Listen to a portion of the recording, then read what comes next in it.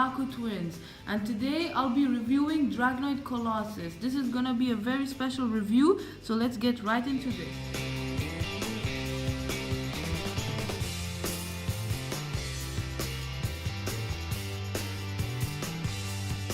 Alright guys, now we're gonna be starting the review, so I hope you like that nice thing I've added to the video showing Dragonoid Colossus around his body and stuff like that. If you want me to do that for other review, just leave a like and comment about that. So let's get right into the first Bakugan is Batlix Dragonoid. Batlix Dragonoid is the main Bakugan which is included in the Dragonoid Colossus set. It's a very nice and cool Bakugan.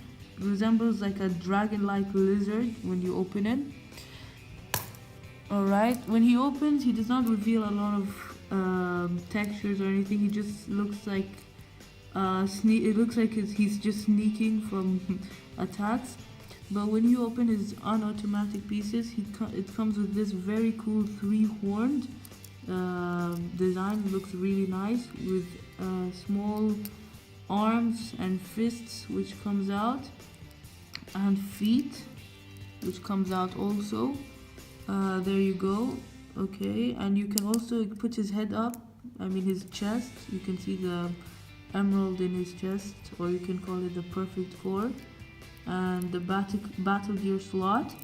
His printed G power is 770 Gs, the American version, or the American or the European version, but there is also the Japanese and the Japanese version, which comes at 600 Gs, I believe. My Mira has that, but I'm gonna be reviewing this one.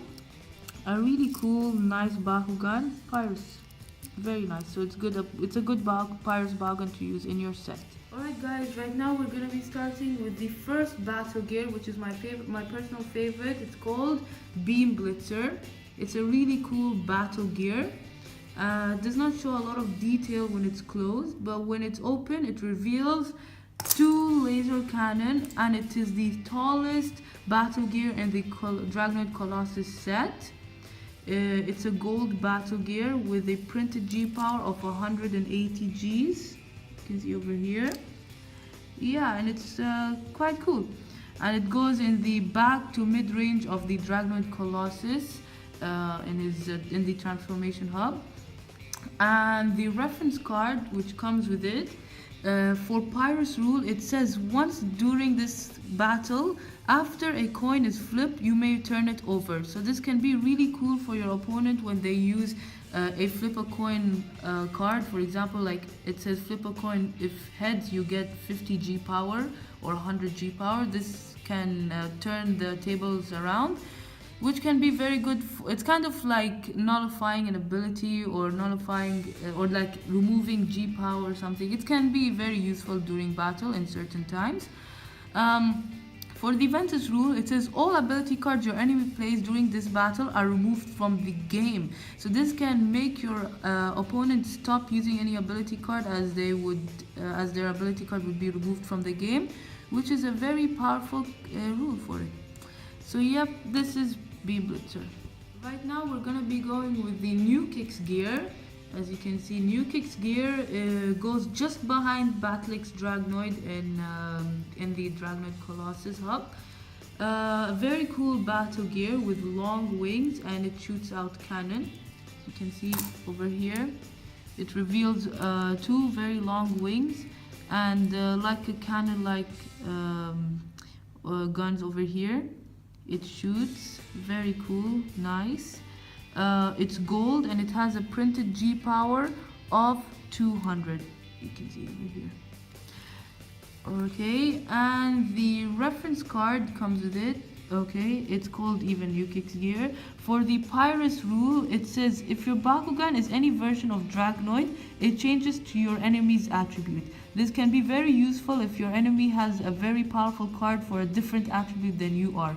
For example, you are a Pyrus Dragonoid versing a Darkest Bakugan, and if you use this for any version of Dragonoid, you would become Darkest and therefore gain the Judge Point G power. But this can be a big trouble. This can be a big problem if you take a lot of Pyrus ability cards. You should be prepared before the battle. Then for the darkest rule, it says flip a coin on head, change your Bakugan to your enemy's attribute. This is the same thing, but this goes to any Bakugan, and if you flip a coin, if it lands on heads, depending if your luck is there or not. So yeah, this is New Kicks gear. Alright guys, right now we're gonna be going to the third battle gear, which is called Blastroid. This is the tail of Dragonoid Colossus, and let's open it. There you go. This is his tail, revealing a cool long tail. This is also one of my favorites. It looks just really cool putting on a Bakugan. It can rotate its lower half 360. You can choose like which side you like. It's all up to your choice. But I would prefer putting it down, which it looks more realistic going on the back of Dragonoid Colossus. It has a printed G power of 160 G power, and it is copper. Okay, and the reference card is called Blastroid also. It has a power level of 2 or more cards, and I forgot to mention the New Kicks gear also has a power level of 1 or more cards. Now let's get back to place. So for Pirate's rule, it says if your Bakugan is a Batlix Dragonoid, it gets plus 150 G power. Pretty useful.